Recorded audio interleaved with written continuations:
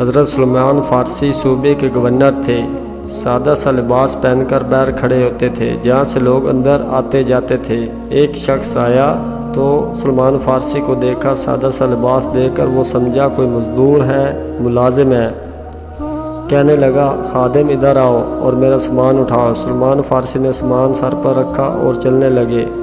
راستے میں جو آدمی ملتا وہ کہتا گورنر صاحب سامان ہمیں دو۔ وہ شخص پریشان ہو گیا، کہنے لگا حضور آپ گورنر ہیں؟ سلمان فارسی کہنے لگے نہیں، یہ میرا دنیا داری کا نام ہے جو ان لوگوں نے رکھا ہوا ہے، میرا اصل نام وہی ہے جو تو نے لے کر پکارا ہے۔